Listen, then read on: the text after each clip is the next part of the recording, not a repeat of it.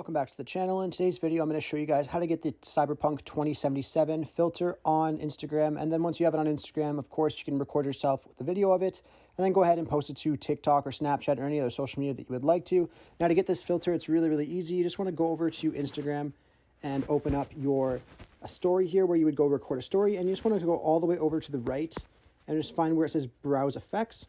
So again, that's just over in your story, and then swipe all the way over to the right.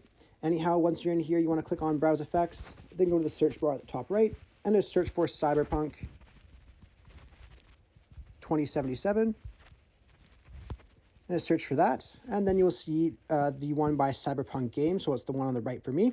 Just want to click on that, and then of course you can go ahead and try it out here if you would like to, or you can download it and save it to your saved filters, and then you'll be able to record this whenever you would like to. Anyhow, I really hope I was able to help you guys out, show you guys how to get this filter. If this video helped you out, be sure to leave a like on it and subscribe for more. Thanks for watching.